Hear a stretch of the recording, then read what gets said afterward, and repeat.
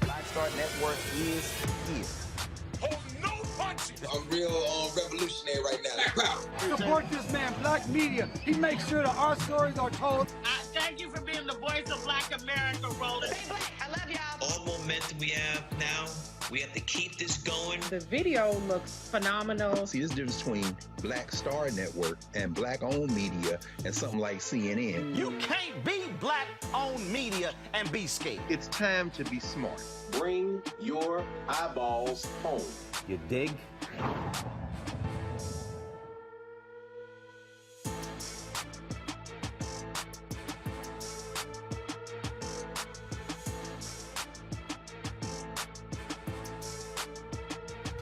February 28th, 2022, coming up on Roland Martin Unfiltered on the Black Star Network.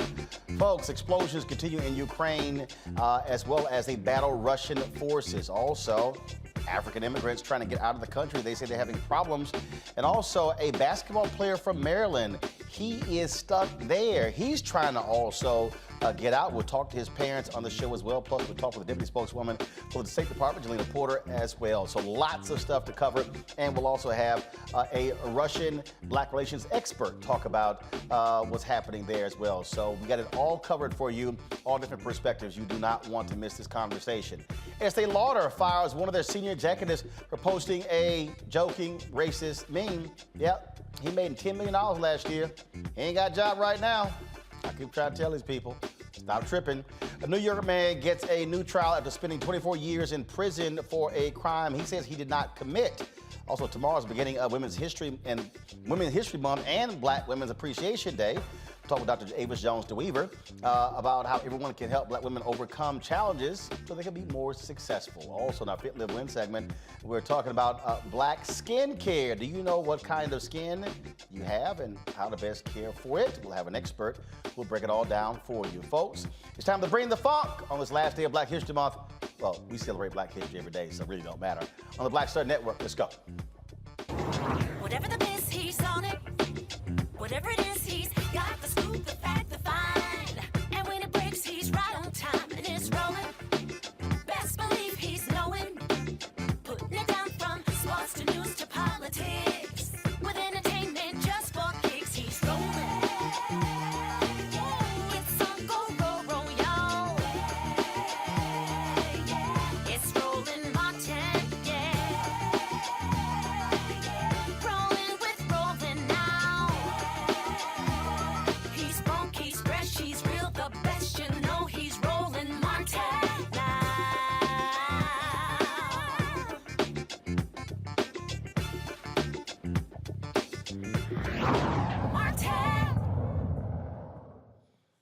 All right, folks, the world's response to the Russian invasion of Ukraine has been swift and significant. Today, Switzerland will forego its commitment to Swiss neutrality to adopt sanctions against Russia imposed by the European Union. Since the sanctions have begun, Russia's ruble has dropped more than 30%. Also, the World Soccer body FIFA and European Authority, they have banned Russian national clubs from participating even in qualifying for the World Cup until further notice. Also, oil companies are also pulling out. Shell has announced they're also going to be pulling out as well in terms of one of the collaborations they're doing with Russia. A lot of different things happening, and of course has a dramatic impact on what was happening here in the United States. Joining us right now is the Deputy Spokeswoman for the State Department, Jelena Porter. Glad to have you here on Roland Martin Unfiltered. So let's get right to it. I mean, there are a lot of people who don't quite get it or understand why the United States is not establishing a no-fly zone, not sending troops. And so explain to people what's really going on in that regard. Well, number one, thank you for having me, Roland. I'm very happy to be here. I'll just start from the beginning. President Biden has made it clear for months now that we will be united in our efforts with our allies and partners on making sure our European partners were protected and protecting the Ukrainian sovereignty and territorial integrity. Right now, we don't have any announcements as far as no-fly zones. Of course, that might put our troops at risk, but for now, we continue to lean into the path to diplomacy, and we continue to hold Russia accountable for what it's done. But for folks who don't understand, Ukraine is not a part of NATO, and so again, for folks who don't quite understand international politics, what is NATO and what are our responsibilities when it comes to NATO? So, well, you're right. Ukraine is not a part of NATO, and that's why Russia decided to invade. This all boiled down to President Putin wanting to invade in its neighbor of Ukraine and wanting to take ownership and moving forward in an unprovoked, premeditated war, a senseless war that we have no business of being in, all because Ukraine wants to join NATO. So this has been building up for quite some time. So America's response was not all of a sudden the last week or two. This has really been months in the making. Correct. We have been working for months now. We've been working on nonstop diplomacy at a multi-levels of government. You've had President Blinken, who's spoken several times with Ukrainian President Zelensky. You've had Secretary Blinken speak with his counterpart, Foreign Minister Kuleba, and in fact, he just spoke to him a few hours ago. We've seen United States Ambassador to the UN, Ambassador Linda Thomas-Greenfield, speak about this fervently at the UN Security Council. So we've engaged in nonstop diplomacy and coordination with our allies and partners for months now. One of the things that we have been hearing, and we're sort of looking at this as well in terms of issues with Africans trying to get out. African nations have been responding, Nigeria, Jamaica, and others. Any information you have there, how y'all have been working with various African nations to make sure their immigrants are taken care of? Well, listen, we have seen those unfortunate reports, and let me just say that any discrimination, especially at a time like this, at a time of a crisis, is completely inexcusable. What we've been doing, we've been working with UN partners on the ground. We've also been working with governments on the ground to make sure that Ukraine's partners or Ukraine's neighbors have the resources they need to help any third country nationals, to help any refugees cross the border peacefully, no matter where they're from. You know, whether they're South Asian, whether they're African, whether they're Middle Eastern, no matter where they're from, they'll have protections. In a moment, I'm going to be talking with the parents of a young brother from Maryland who's actually trapped over there as well. And so what about Americans? In this case, this basketball player who is sitting here going, look, I'm trying to get out. What do I do? Well, listen, I haven't seen the reports of the basketball player, but what I can say is that the State Department's primary concern is the health and safety of American citizens abroad. And of course, when it comes to folks stuck in Ukraine, we have our travel website, travel.state.gov. We encourage Americans who are still there to register for our Smart Travel Enrollment Program, STEP as we like to call it, so we can communicate with them one-on-one and to make sure they have all the resources they need to get out as soon as possible. The financial sanctions have been significant, and we are seeing that continue in a much broader way as well. And so how critical has that been to let Russia, let Putin know that America does not appreciate what is happening there, and will that continue? Well, listen, President Biden, like I said, he said from day one that should Russia choose this path to destruction, that this would happen, this would materialize. So we've been in lockstep with our international allies and partners, and it's not only us. It's been, you know, Japan. It's been several other countries who've imposed these sanctions on Russia, and so now they're isolated. Their financial institutions are going to have costs. You know, their currency, as you mentioned before, is also going to deteriorate. So now President Putin has some firm decisions to make. One of the things that I was just in Liberia for 8 days, and you also have actions taking place at the United Nations. So other countries, African countries, Caribbean countries, are also expressing their viewpoint as well. And so how has the United States, in terms of been rallying those leaders to stand with us and to stand with the world against Russia? Well, again, I mentioned U.S. Ambassador to the United Nations, Ambassador Linda Thomas-Greenfield, who is our leader when it comes to Security Council issues. She has spoke against this, you know, very, very much in the past couple of weeks, and she's been, you know, in the news. She's made sure that American values are at play and that we're working with our allies and partners to stand united with Ukraine. So just a couple more questions for you. So in terms of next steps.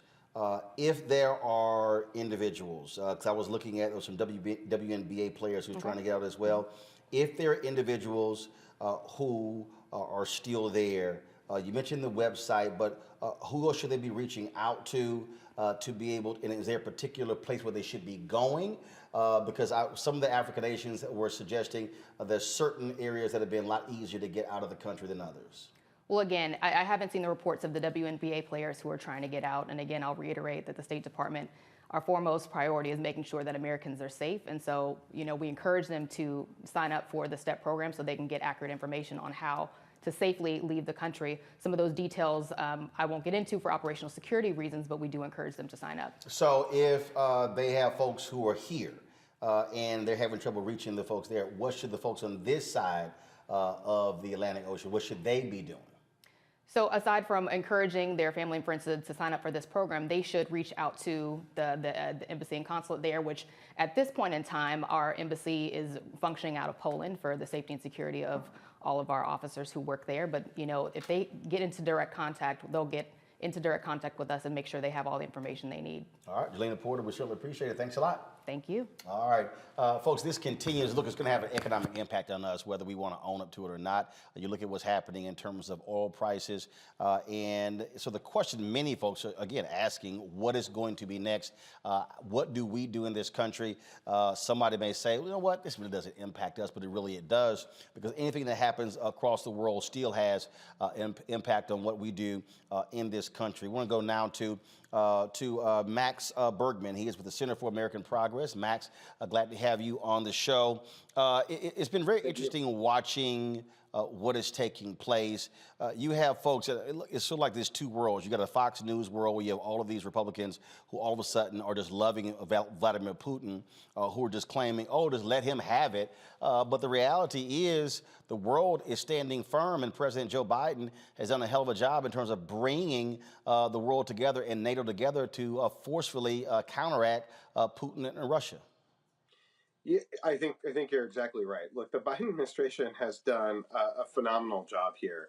And, you know, I was somewhat actually critical of the Biden administration in the beginning part as it came into office, because it didn't necessarily want to focus on Russia. It wanted to establish a stable relationship with Vladimir Putin and the Russian government. It tried to do that. But what it's done over the last 4 or 5 months is really unite the world, and not just with our European allies. And what we see is how isolated Russia is and how isolated Vladimir Putin is. And they've done a masterful job at releasing intelligence about what Putin was planning, about his efforts to sort of try to blame Ukraine for the conflict. And that has gone literally nowhere. And as someone who was in the State Department in 2014, I saw Russia do disinformation campaigns when it invaded Ukraine, and it had some success there. And this time, not at all. And the world has stood up and has really taken incredibly strong action against Russia. And I think most analysts are really shocked at how strong the response is, but that's due to the Biden administration, to its nonstop efforts over the last few months. You've got some folks who are saying, I mean, again, I'm listening to some of these right-wing nuts. Oh, why aren't we sending in troops? Why aren't we doing a no-fly zone? Do they not understand that when America gets involved in a war, it takes it to another level? Right. And you know, I am as empathetic as anyone with, you know, people on Twitter and social media wanting to do something, wanting to help Ukraine. You know, I've been to Ukraine multiple times, and you know, just my heart goes out to the people of Ukraine. But establishing a no-fly zone means war with Russia, and war with Russia means war with a peer nuclear power. And when Vladimir Putin puts his nuclear forces, increases the alert level on his nuclear forces, that's sending a clear message. And we don't know how that would unfold. And so I think, you know, that's why President Biden did, I think, a very smart thing in simply taking the option of the U.S. intervening militarily to defend Ukraine. I also think there's a lot of just practical constraints here. The U.S. Air Force isn't right there. It would take a lot of effort for us to establish a no-fly zone. That means and of course, let's not forget Donald Trump pulled 12,000 U.S. troops out of Germany. Right. Well, and then there was also just the lack of building a strong alliance over the last 4 or 5 years. And I think in particular, what I am super concerned about is that the Russians may respond to our economic sanctions with cyber attacks back against the United States. And we spent the entire Trump administration not really doing anything on cybersecurity, not investing in the resilience that we need to really stand up to Russia, not preparing for an event for this sort of situation. And so, you know, we wasted a lot of time under Donald Trump. We weren't focused on the right things. Our alliance was divided. And Biden has done a lot in the last year, but in order to build the sort of cyber resilience to sort of uproot Russian intelligence operations that have been targeting the United States for a long time, we needed to get to work much earlier, and we should have seen the writing on the wall in 2014 and 2016 when they attacked our election. All right, then. So one of the last question for you, Max, and that is, again, for the people who say, man, look, this has no material impact on those of us in the United States, explain to them why that's simply not the case. So this has a tremendous impact on the United States and on us because, look, what was at stake here was that if Russia could get away with simply invading a smaller democratic country, then big countries can start to invade smaller countries. And this is what we saw, I think, really eloquently expressed by African countries at the United Nations General Assembly, where we don't want a world where borders can just be redrawn because you have a stronger military. And we sort of forget that we live in actually, while there's conflict and violence, a fairly stable world where borders are respected, sovereignties are respected. And if not, then we're returning back to kind of a pre-1945, pre-World War II era. And that's just a really violent, dangerous place.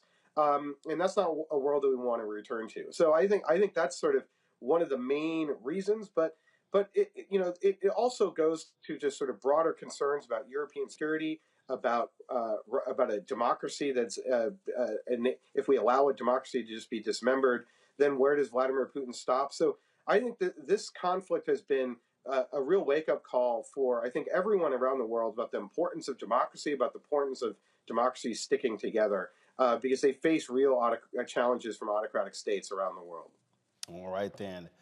Max Bergman, we surely appreciate it. Thank you so very much. Thank you. Folks, we talked about people who have been impacted by this, and we're going to go to a break. We come back, we're going to talk with the family of a young man who's a basketball player there in Ukraine who is stuck there. He is trying to get home, and so when we come back, we'll talk with his parents right here on Roland Martin Unfiltered on the Black Star Network.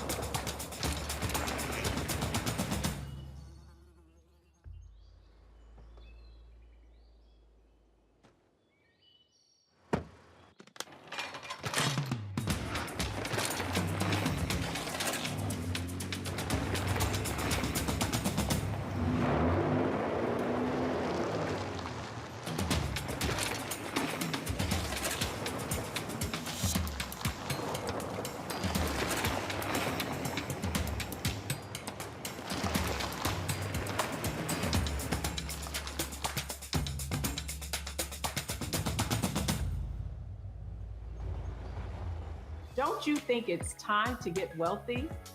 I'm Deborah Owens, America's Wealth Coach, and my new show on the Black Star Network focuses on the things your financial advisor or bank isn't telling you.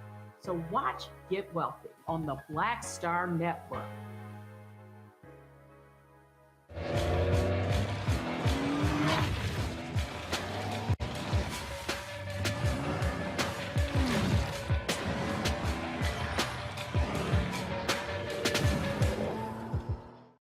Pull up a chair, take your seat. The Black Tape with me, Dr. Greg Carr, here on the Black Star Network. Every week, we'll take a deeper dive into the world we're living in. Join the conversation only on the Black Star Network. Hey, I'm Antonique Smith. Hey, I'm Arnez J. Hi, this is Cheryl Lee Ralph, and you are watching Roland Martin, Unfiltered. I mean, could it be any other way? Really? It's Roland Martin.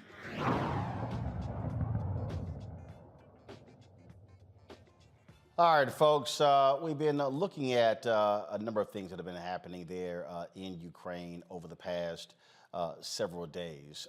And one of the stories that jumped out was a young man who plays basketball there who was all of a sudden caught in the middle of this. He played basketball at Indiana University, and again, it's one of those stories that when you see it, you're going, "Oh my goodness!" You don't necessarily think about people who have been in these various countries. There are folks who are playing basketball. There are people who are working there.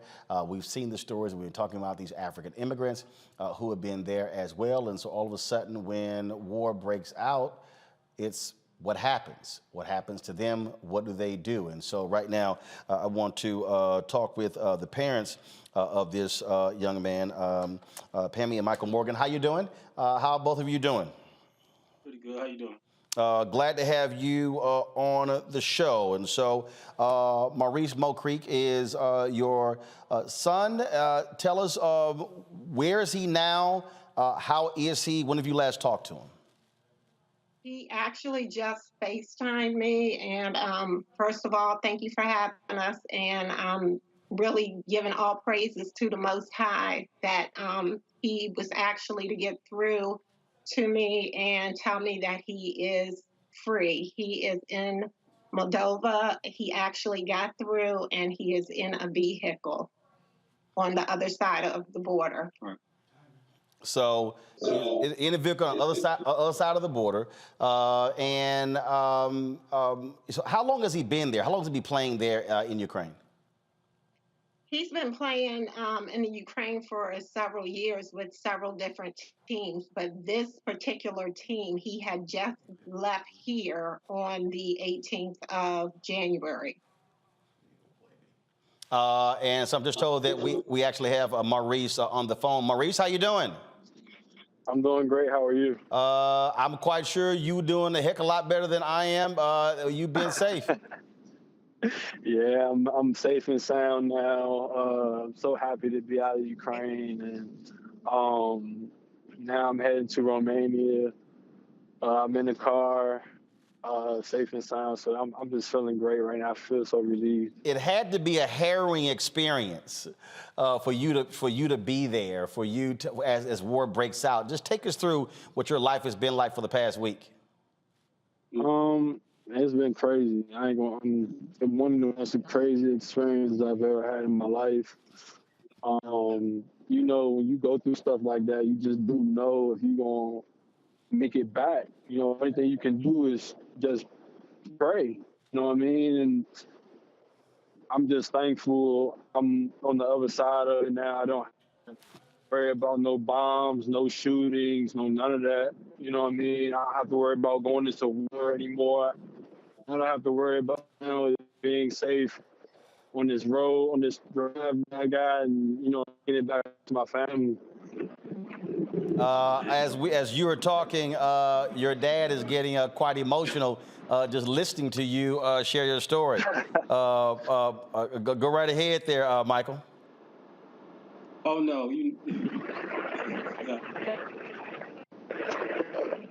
and to have your son out there like that, and him, oh man, it's crazy. It's been a roller coaster. It's been unbelievable. We are literally sleep deprived. Right. We were falling asleep before the show came on, both of us. Look, I absolutely can understand that. Maurice, as this was developing, I mean, were you trying to get out, or was the team trying to help you other players get out? Were there other Americans on the team? What was happening in the last week? It wasn't last week when everybody started getting out, but the team, it was just a messy situation. A lot of the guys just got out when they felt like, it was time to get out. And me, because I got there so late, I was kind of in a total different situation than them. I couldn't just say, hey, I'm just going to leave when I want to leave. And it just was a bad situation for me because I didn't really have the funds that I needed to have to get out, that I was supposed to be getting from the team and everything. Everybody else was, been there for months. me being a player who just got in, who helped them a lot. They didn't really. So, with that being said, they was not trying to let me go. They was having these meetings with me, stating they were trying to let me go. My agent had told them that I was trying to go. They still trying to let me go, and I had a last meeting with them, and they just basically was trying to tell me like they believed that nothing was gonna hurt. I just felt like they didn't really consider life first, basketball second. They considered basketball first, life second. And I just didn't feel the situation at hand like that. When you're doing business with a basketball player, it doesn't matter what you feel. It matters the person on the side feels, because at the end of the day, we are the ones that have to go there and play. We are the ones who have to win games. We're the ones who have to go and practice every day. You know what I mean? So if we're doing it for you, you should be able to understand, like, if we're in an uncomfortable situation, like how all of us just, and not just, but everybody. And I just felt like they didn't consider that. They just took it into their own hands to put our lives in their hands. There are a number of people who don't realize the number of international basketball players, folks who are playing all around the world. There are WNBA players who play on Russian teams. And obviously, you want to get home as soon as possible. You may not have, if this crossed your mind, but is this giving you second thoughts about playing across internationally? First of all, if only you could see your if only you could see your mama's face right now. If only you could see your mama's face and your daddy's face right now. But go ahead. I know what they would say. I'm not gonna disclose that. It's something that me and my family really gonna have to talk about. It's scary though. That's what I will say. It's a very scary situation.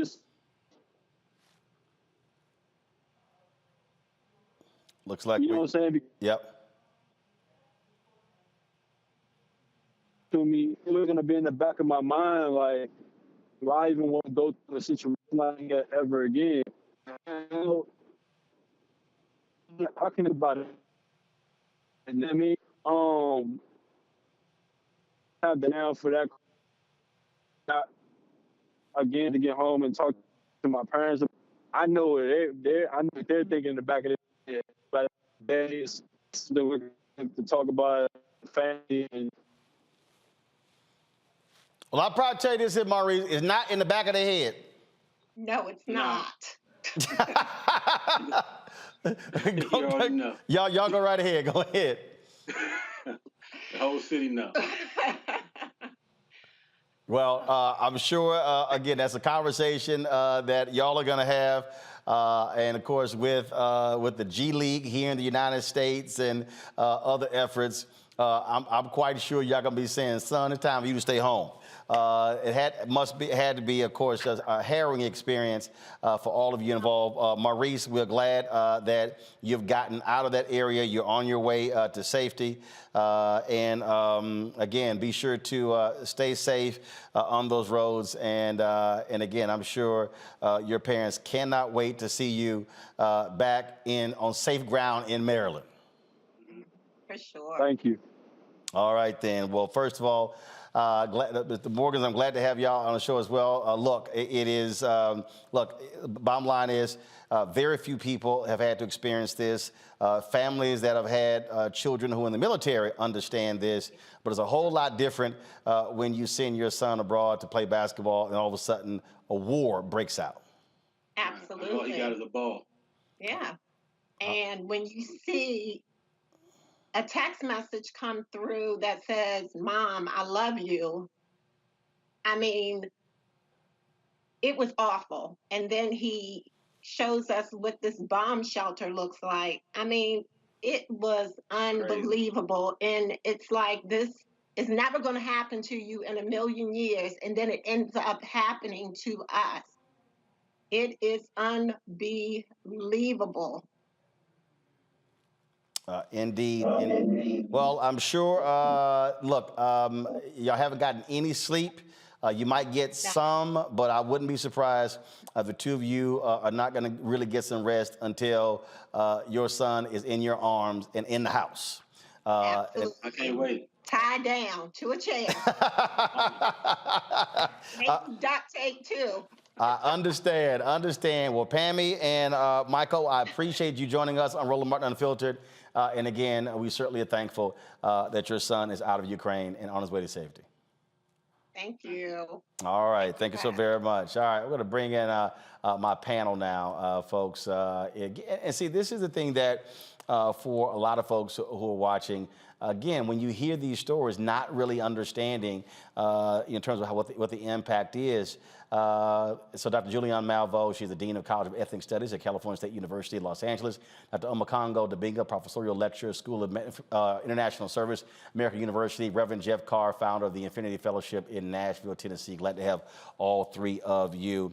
I'm going to start with you, Omokongo. And the thing here is, I'm sorry, we'll get to Omokongo in a bit, but I want to go to, I'll start with Jeff. Jeff, it's interesting when I look at how people are commenting, how they're on social media, and how they're weighing in. And then when you see this family, then when you see the treatment of African immigrants, and then when people now begin to understand, oh yeah, you're thinking you're saying all of these white folks in Ukraine, without realizing the impact of African immigrants, people who are traveling all across the world, and how we are all connected, if you will. Yes, indeed. And first off, man, welcome back. It's the first time I've been able to be on with you since you got back from the motherland. I'm glad you made it back safe and sound. And I'm so glad I speak to the family, especially Brother Creek's family, the Morgans there, that they recognize and remember and know that the entire Roland Martin Unfiltered universe right now, online on every social media platform, they're sending prayers. We are proclaiming a safe journey. We're making sure that as soon as possible, your son is going to be in your home. Everything is working together for the good. All of that is in alignment. So just know that people from all over the world who watch this show on Black Star Network are covering you and protecting you right now. And we proclaim in advance that this is going to be a great situation that everyone is going to learn from. 2010, Haiti. I was down there on a project we were building for a space that had collapsed, an orphanage there in the Delmas 22 neighborhood. And we were down there building, and there was a presidential election coming right after the earthquake. It was when Michael Martelly got elected. And right up to that election, when you talk about a war, it can happen with turmoil around political elections as well. And I'll never forget this feeling of being stranded. I try not to manifest fear. I'll say the only thing I fear is not reaching my goals in life. But buddy, when you're in an armored car with an escort, trying to move through crowds, and every single person is trying their best to get to an airport so they can just get to Miami, just get 45 minutes across the water, there is no feeling like being caught and trapped in a foreign place that you're not used to, and you don't have access to resources to get out of there. So my heart goes out to that family, but it also goes out to those who are struggling now to get into Poland, the immigrants who are trying to get across into Belarus, the conversations that are taking place internationally and globally now with what has become, very thankfully, an information war more than it has even a physical war. So these conversations that we're having, the pressure that is coming from social media, we are actually able to now make this connection globally with people who are in Ukraine, people who are in South Africa, people who are in Nigeria, Ghana, people who are Afghans who are also had some issues getting in and out of the country over the last several days, or 4 days since the war started. We are now seeing that all of this impacts all of us wherever we are. So I'm glad to see now that the conversation is taking place and that we are now able to input how important it is for us to connect with people across the world and to recognize that it really, truly could happen to any one of us. Omokongo, the African Union released this statement with regard to the treatment of African immigrants.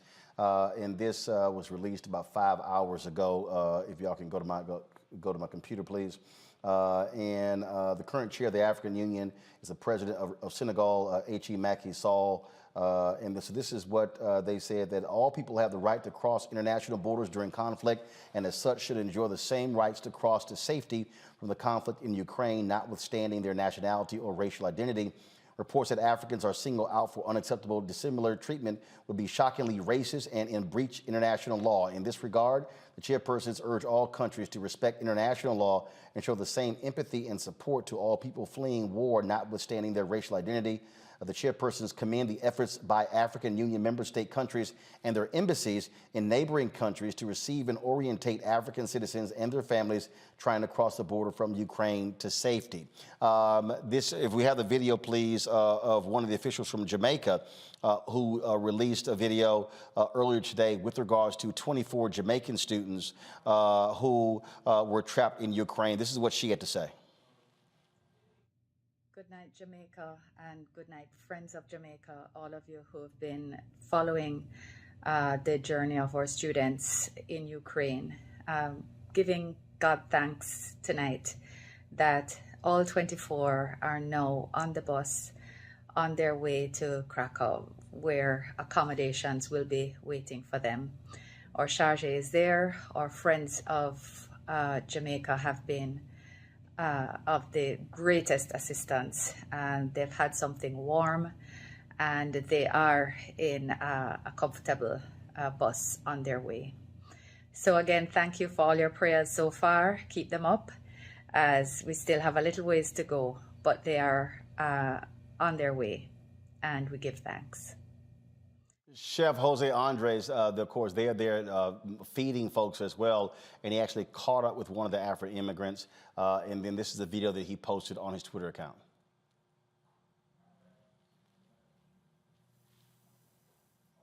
I just met her here. She's been walking, like many others, for many hours, if not many days, because the situation is difficult to leave Ukraine to come, because it's no cars, no gas, and many other issues, I guess. But I was asking her, because they were saying that if Poland and other countries were not allowing citizens from different countries, especially of Africa, and what do you have to tell us about that?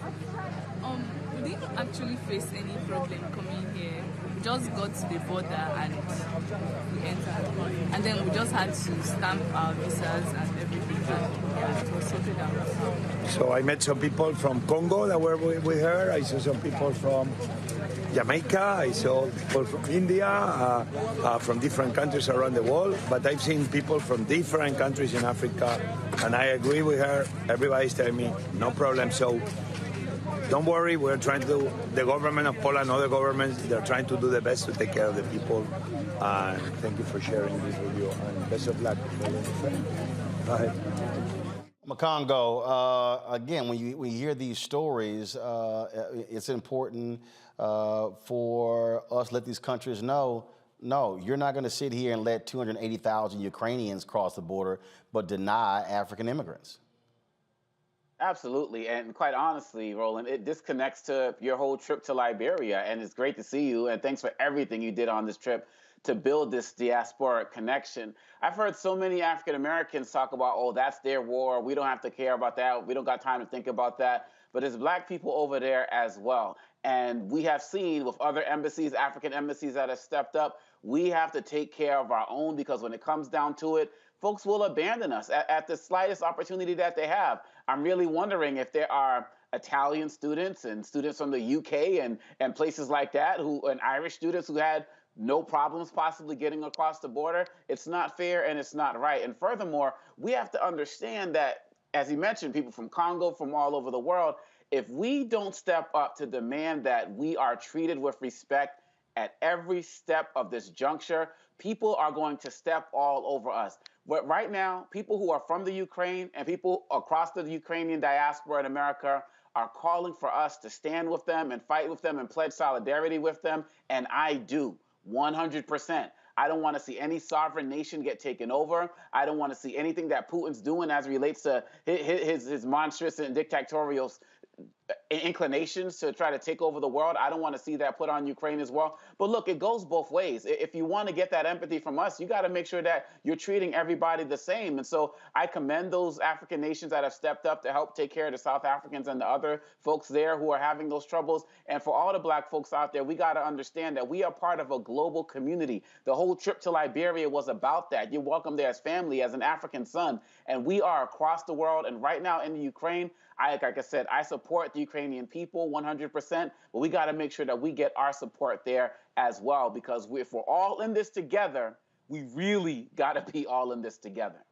Julian, we're seeing folks at Reuters and Al Jazeera are reporting of these African immigrants, Nigerians and others, saying there've been video of actually African immigrants being kicked off of trains in Poland as they were trying to flee. This is an Al Jazeera headline. Nigerian students reported guards giving priority to Ukrainians on evacuation trains and denying entry to Poland, which has taken in 327,000 Ukrainians. Roland, first of all, welcome back. Great work in Liberia. We're really happy that you were there. And you underscored a point about our connections. The fact is that we do live in an international world. What happens here happens there. What did Dr. King say? The mutual garment, mutuality, and that's where we are. So given that, we as Black folks have to care about what's happening in Ukraine. And as Omakongo says, we also have to step up for our Black folks, brown folks who are stuck in Ukraine and who are essentially experiencing global anti-Blackness. And that's what it is global anti-Blackness. Now, when we look at this nonsense, and that's what it is, a nonsense of differential treatment, what we have to look at is the ways that the United States can play a role in stopping this anti-Blackness. If we're sending money over there, which we are, we're not sending troops, but we are sending money, there have to be conditions. And the conditions are that people are treated equally. I mean, we're going into Ukraine or engaging with Ukraine because we oppose what Putin, with his nasty self, and Russia are doing. We're opposed to it because they're basically taking over a sovereign country. But then when you expel people, when you say you have human rights for Ukraine, but what about the Black folks like the young brother and his family that you just interviewed, or so many others? If you believe in human rights, then you must believe that if there's a queue to get on a train. And in fact, the video that we're playing is from Twitter of African immigrants stranded at the train station. Mm-hmm. Exactly. So our money has to come with conditions.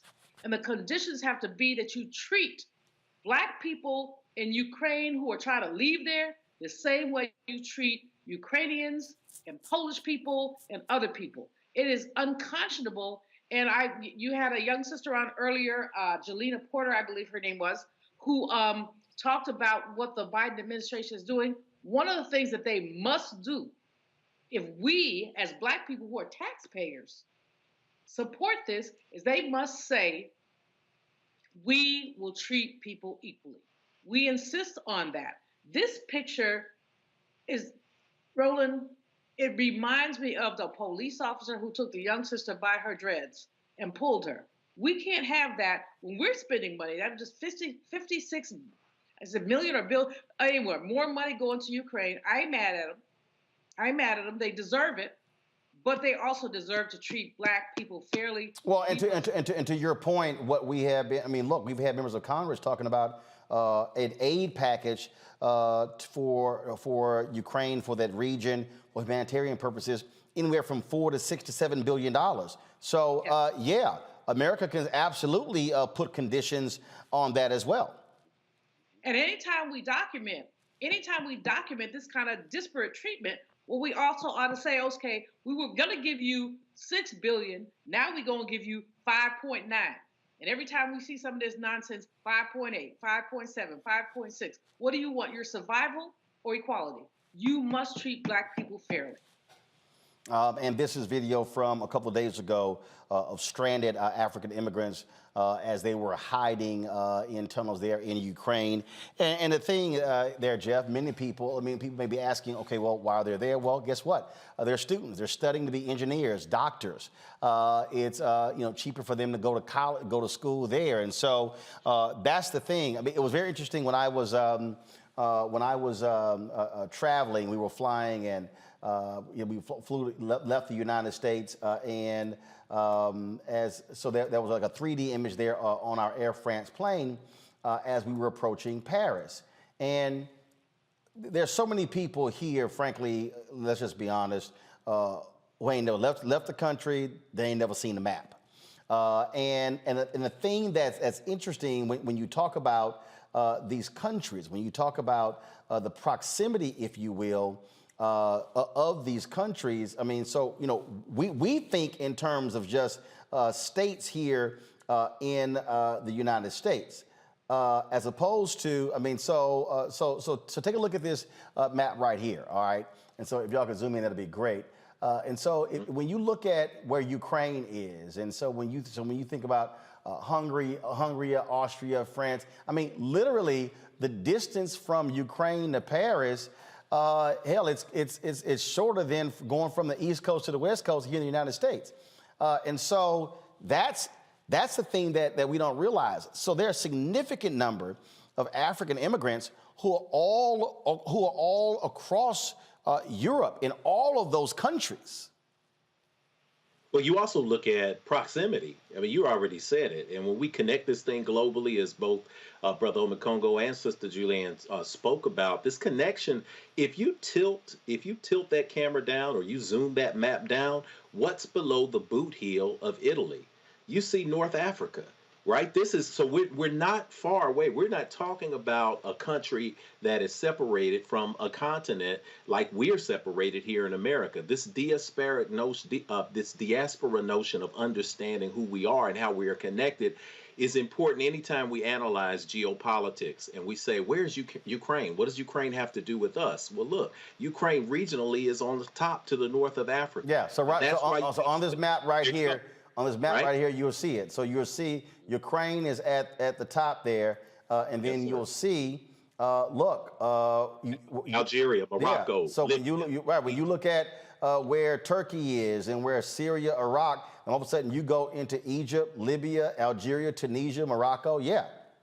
Indeed, and that's where it is. So that's where people are. But you also look at Ukraine, and you talk about Ukraine from a space of exit from the former Soviet Union. And you look at 1990, 1991, when you had this USSR, some elected officials have still referred to Russian President Vladimir Putin as a Soviet and the Soviet Union. There's got to be a memo to go out for that for elected officials.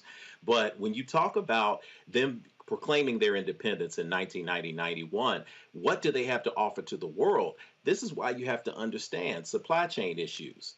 Many of us are feeling the pain. I've got the minivan fueled up yesterday, and I said something has changed in this world because this gas is killing me. It's gone up 10 cents a gallon on the national average here. When you talk about Belgium, you talk about France, you talk about Germany, they have absorbed the punishment and have been willing to absorb the punishment at the gas pump because of what they receive from Russia and from them saying, we're going to have these sanctions in place, but we're going to feel it over here. Ukraine, #1 in uranium reserves that are recoverable. #1 in Europe in the production of ammonia. You want a clean house around the world. That's going to affect the supply chain. #3 in the production of corn.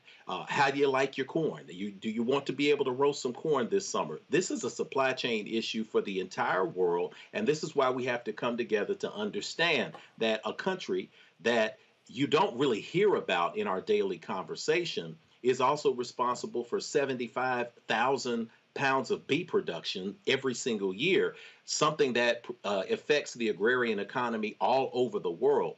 This is a key piece of real estate, and that is why Vladimir is over there, Putin, on the rest of Europe to try to gain control of this space. Thankfully, we have this conversation going in a place like this. This is how powerful the internet is. Absolutely. I want to go to Kimberly St. Julian Varnon. She is an expert in race and blackness in USSR and also is a review editor for H Ukraine. And so glad to have you here. First and foremost, just give us your thoughts and perspective on the racial dynamics that we are seeing play out there as these African immigrants are trying to get out of Ukraine, the resistance they're getting in Poland and how they're being treated. So for people who have no understanding of this part of the world. Thank you for having me. And unfortunately, for someone who does know a lot about this part of the world, this isn't surprising. The issues of racism that we're seeing at the Polish border in particular, but there are also some reports at the Hungarian border. I was worried about this last week when the threat of war was possible. So Ukraine, unfortunately, and Poland and Russia, all of them have problems with anti-Black racism, but also anti-Roma racism. But Ukraine also does have a very large African student population. There's also an Afro-Ukrainian population. And so what we're seeing playing out at the border is kind of the worst case scenario. You have the chaos of war. You also have a very understaffed border, bureaucracy in both Ukraine and in Poland. And so I've been following online some of the videos that have been posted about what's going on at the border. And so the racism that we're seeing, it's not surprising. It's actually, kind of to be expected. But what has been a pleasant surprise is I've been following particularly an African student who was he's been posting for the past 3 days, but he posted today that his group did make it over the Polish border and they were treated very well by the Poles and by the Ukrainians on the other side. It seems that they're having their problems with these officials. So you're kind of seeing a new form of more structural racism. It's not new, but you're that are really impacting these African students. But also Roma students, Roma residents. So it's very complicated, but the racial dynamics, I think, are really clear. And unfortunately, this is not new for Eastern Europe. Poland has had problems with anti-Black racism. And just, in December, we saw Syrian refugees freezing to death on the Belarus-Polish border because Poland wouldn't let them in and Belarus didn't want them. So unfortunately, this was predictable just from that episode alone in December, but from the long history we've seen, especially over the past 10 years, of kind of anti-Black racism in this part of the world. And also, for folks that need to understand, Vladimir Putin is a white nationalist. Oh, yes. Vladimir Putin believes in a white world. That's why it's no shock to see so many Republicans touting and praising Vladimir Putin. Oh, yes. And I've written about this so often. Some of the white supremacist language we see in the United States, it's them parroting what they, in Russia is what we've seen in the United States. You see a lot of shared talking points between the right in Russia and the right in America. And all of them, what they have in common is this dedication to white supremacy. And so when we see how Putin talks about Ukraine, and one of the reasons he looks down on Ukraine is because Ukraine has always been a multilingual, multi-ethnic state. And so we should, and when people ask me, why should I care about Russia if I'm Black in America? Because Putin's talking points become the talking points of bots that are undermining our democracy in 2016, right? So we have to pay attention to this because he's using American understandings of race and white supremacy to undermine our democracy, but also to harm people of color inside of Russia. Well, it's very interesting to watch all of this play out on Congo and to see how so many folks on the right are full embracing of this. There was a poll that was taken where 6% of Trump voters are praising President Joe Biden for his leadership when it comes to this. And it's interesting. So, Bill Maher said last week that we should really be sensitive and to really try to persuade the people who voted for Trump. And I'm going, no. Because when you listen to their rhetoric, I mean, you turn on Fox News, thank God for Jen Griffin, who is doing a hand-to-hand combat, because they got folks on the air who say, oh, no, just let Putin take Ukraine. It's no big deal. Let him have it. I mean, people need to understand. I talk about my book coming out in the fall called White Fear. These folks want a white world. Everything that we're talking about with the changing demographics in the United States, Europe has been dealing with that for the past decade. And there's been a severe backlash in France, in Italy, in Germany, in all of these countries of African immigrants coming because also the white folks are dying off. Yep. Oh, absolutely. And it's very interesting going to your first part about the Republicans. You know, Malcolm Nance talks about this a lot. These Republican senators and these leaders of these white supremacist groups, they're in Russia on the regular. And these congressmen, they have strong relationships with Russia. He said once to Donald Trump, they've been surveilling him since there was a Soviet Union, since 1977 when he married Ivanka. So they've always had their fingernails deep into these Republican spaces and places. And like our professor said here, they are just parroting everything. This is what we're talking about, Viktor Orban. This is a global movement right now of white supremacy. And in the United States, it's Tucker Carlson, who's on Russia TV like nightly now, and Donald Trump, who are the ringleaders in the United States. I think it's also important to remember that when we talk about these African immigrants, so many people, not here tonight, but want to paint Africans as people who are over there just because their situation at home is terrible and they want to get out there and get help. No, let's also remember that a lot of these European countries are geostrategically trying to get on the African continent as well to continuously exploit us for our resources. And Russia's doing the same thing. China's doing the same thing. I mean, these were the foundations of slavery, trying to exploit Africa for its resources. So people can't just look at it as these are some poor African immigrants just over there trying to better their lives. These European countries, whether we're talking about Italy, whether we're talking about France, whether we're talking about the Ukraine, whether we're talking about Russia, they are trying to build their strategic alliances with the African continent as well. And so these African nations need to realize that they are stronger than they know as relates to the bargaining power that they have in terms of demanding respect from these countries. And that's why I'm glad that these stories are getting out, because quite honestly, Roland, I've been driving around a lot today, just getting the kids around and all of that. All of these networks I was listening to, haven't heard one story about how we're being treated over there.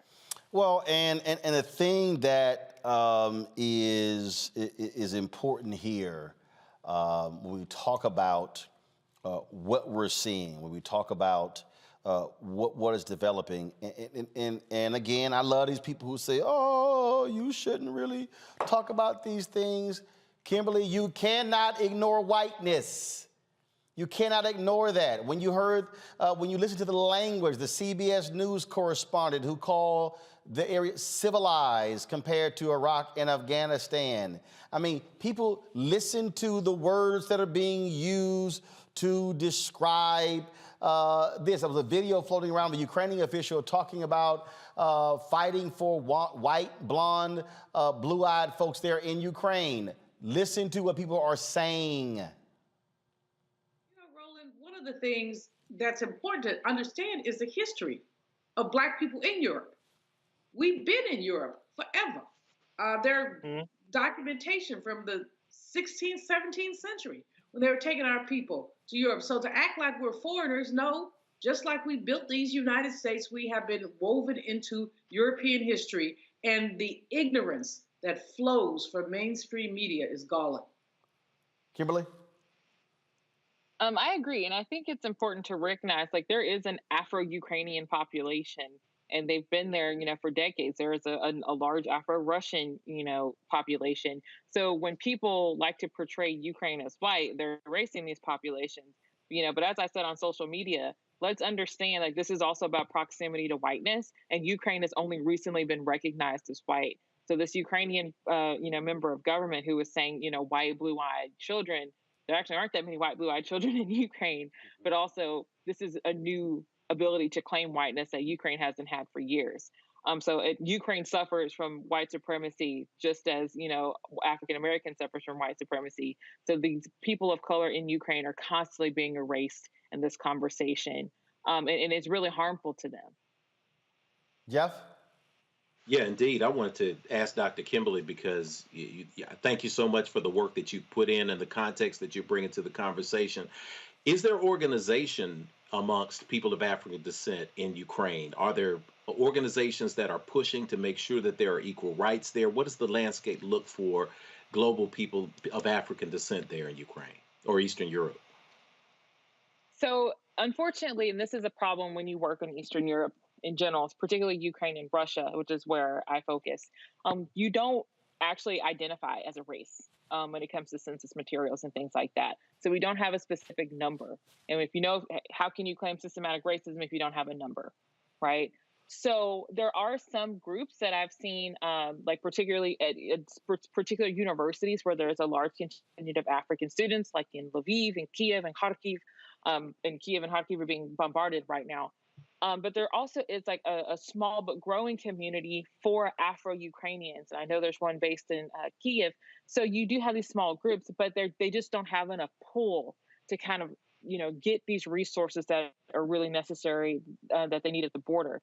So what I've been trying to do through my social media is to compile consulate and embassy resources for various African countries for these students who, once they get to the border, they have a contact number or some type of information that they can have with them. But also when people have asked me, I have a cousin who's in Sumy, which was bombarded heavily for the past few days, where can they go? I have to say stay, because trying to get from Eastern Ukraine or Western Ukraine right now is very difficult. So I think the social media presence is actually helping. So for those of us who aren't on the ground in Ukraine right now, we're still doing our part to help them because they don't have those concrete groups on the ground. All right, then. Well, look, we certainly appreciate you joining us to offer perspective on this. We're going to continue to certainly watch what happens there. Kimberly St. Julian Varnon, thanks a bunch.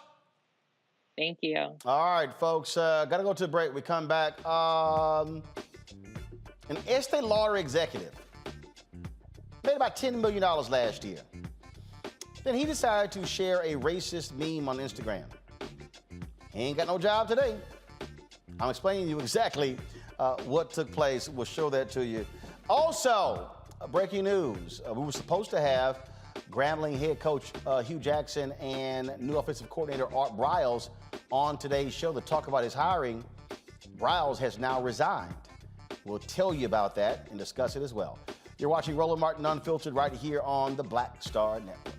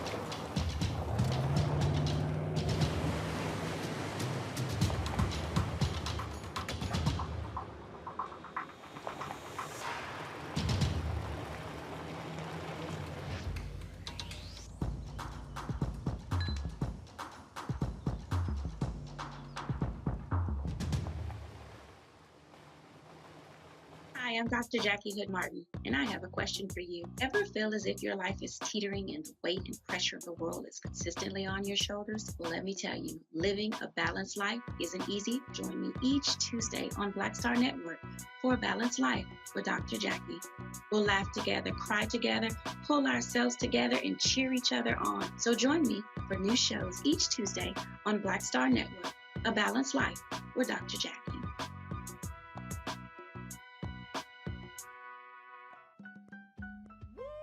We're all impacted by the culture, whether we know it or not. From politics to music and entertainment, it's a huge part of our lives, and we're going to talk about it every day right here on The Culture with me, Faraji Muhammad, only on the Black Star Network. Hi, I'm Eric Nolan. I'm Shantae Moore. Hi, my name is Latoya Luckett, and you're watching Roland Martin Unfiltered.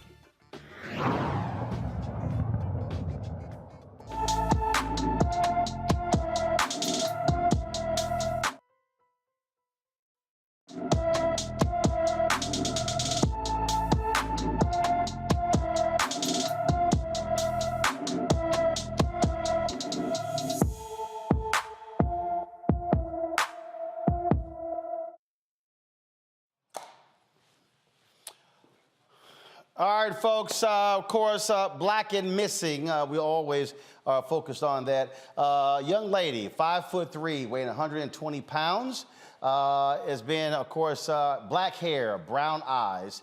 Lexus Leonard, been missing from Baltimore since February 23rd. Again, missing from Baltimore City.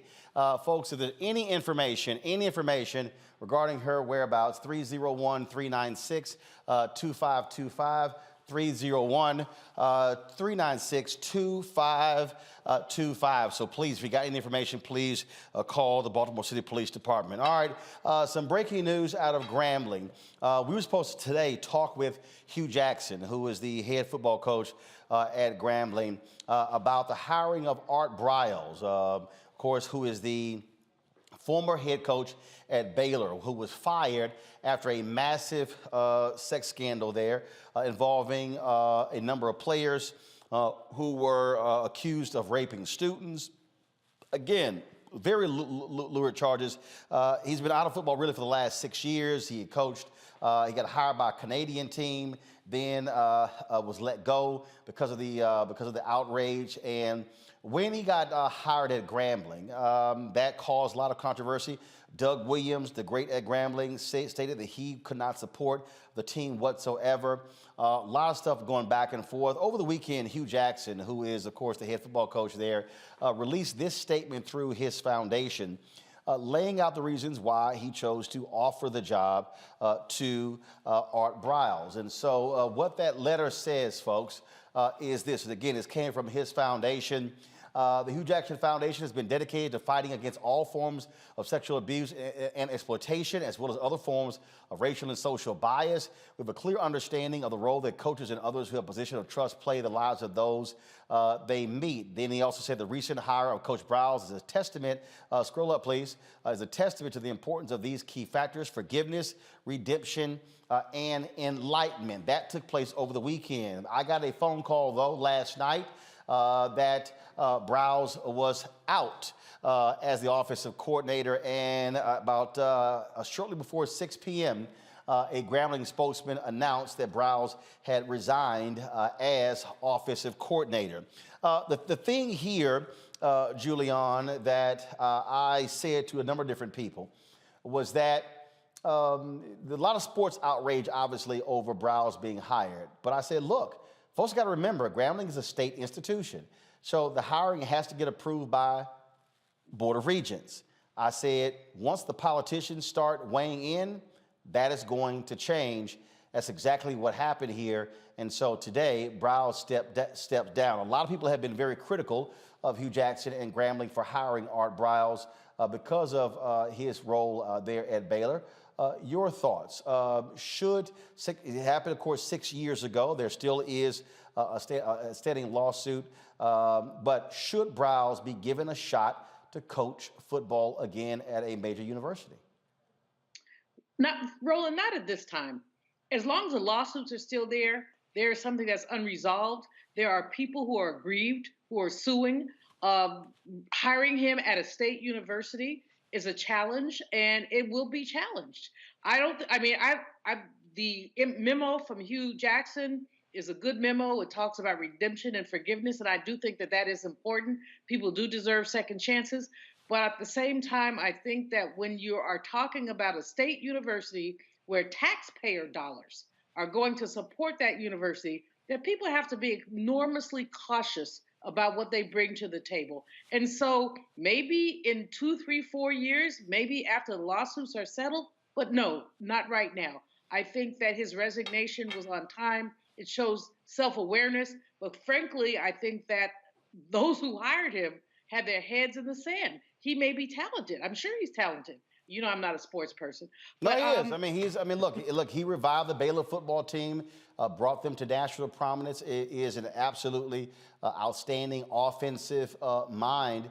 But the reality, Jeff, everywhere he's gone, efforts to hire him has been thwarted because many people say he should never coach young men again because of the issues with that Baylor football team.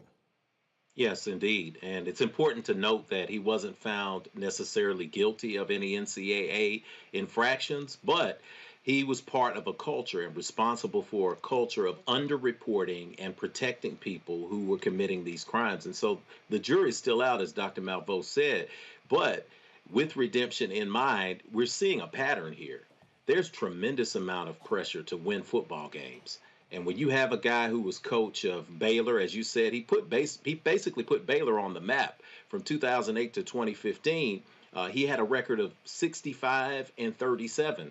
He had their first two Big 12 conference championships, won his game on New Year's Eve, was a hero, seen as a hero until the downfall came. And when the downfall came, we see this repeated pattern. A Canadian team hired him in 2017. They had to relent to pressure. They had the pressure that came. They had to just say, we can't take this here.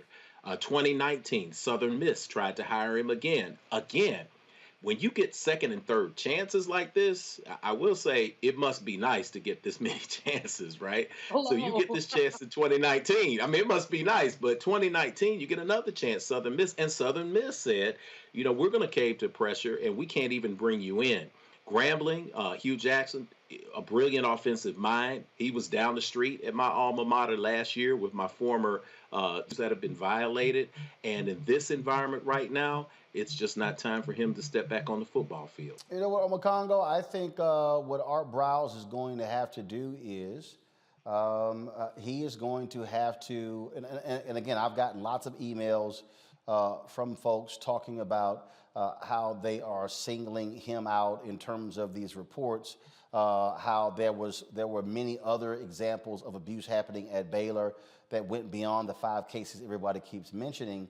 But this is one of the things that, frankly, if you're Art Briles, you're going to have to actually lead your own battle to clear your name because that has to take place.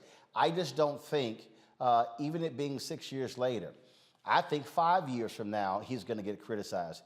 He is going to have to undertake a massive campaign for people to actually look at the facts of what happened. If he says he doesn't deserve to get all the blame for what took place, he's going to have to fight that battle himself. I just don't see any program being able to hire him and not get any criticism as a result. Yeah, and you're absolutely right. And that's what I've been thinking throughout this whole story. What has been his path to redemption publicly? Because there's a lot that he could have been doing on his own to help rebuild his reputation, and I haven't seen much, especially with these lawsuits still pending. I think that if he's going to join a university or of any sort again, he's going to have to come in at a lower level. I don't understand why he would just be given this head coaching spot, right? I mean, come in and start to work your way up. No, it's not a head coaching spot. In fact, he even offensive coordinator. He even was a head coach for a couple of years at a high school. So he's not coming back in as that. But again, what you're seeing here, folks, are saying in no capacity. I mean, look, he can come in as an assistant coach. They're saying, no, you can't be on the staff at all. Yeah, and I look, this is where we're at nowadays. I mean, look what happened with Felicia Rashad and, you know, her impeccable reputation and the backlash she caught just for expressing a small level of support for Bill Cosby. So that that great story at Howard turned into a scandal. And this is not even close to what Briles has been involved in as a leader of men. Look at Juwan Howard just a couple of weeks, 1 or 2 weeks ago. People are talking about when you're responsible for leading people, what type of culture are you creating?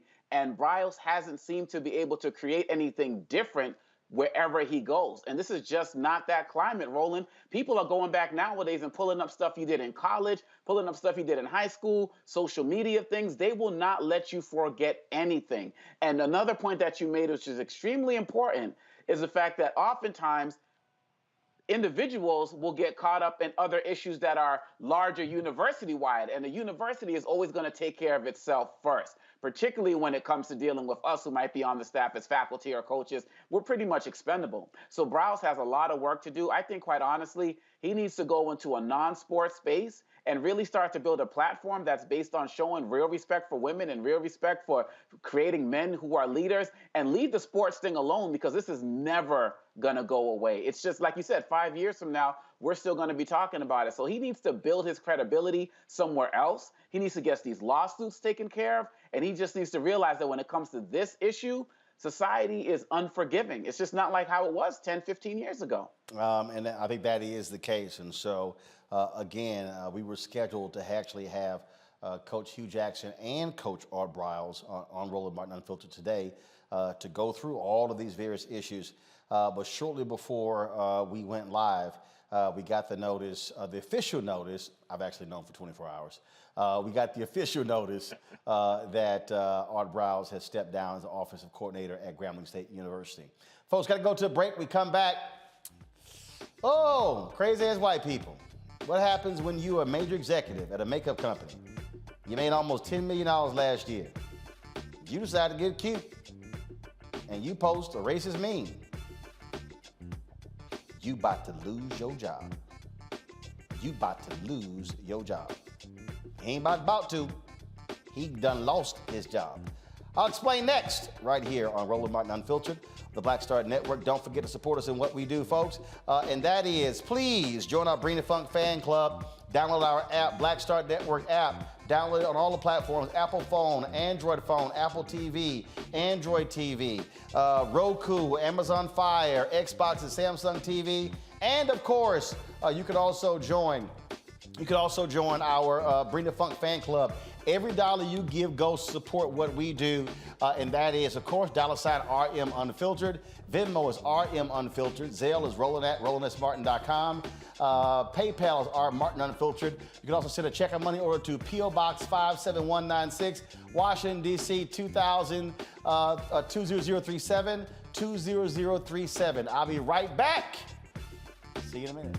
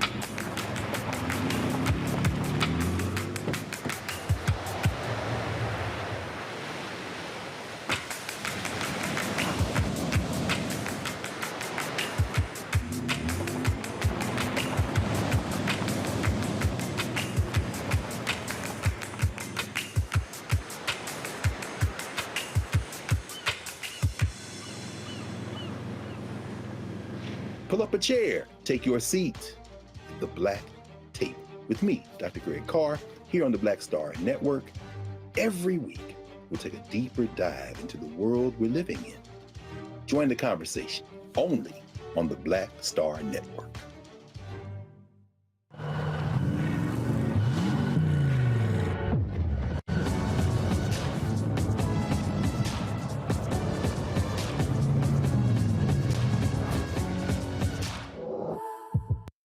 It's Kim Whitley. Yo, what's up? This your boy Ice Cube. Hey, yo, Peace World. What's going on? It's the Love King of R&B, Raheem Devon, and your. I'm Chrisette Michelle. Hi, I'm Chaley Rose, and you're watching Roland Martin Unfiltered.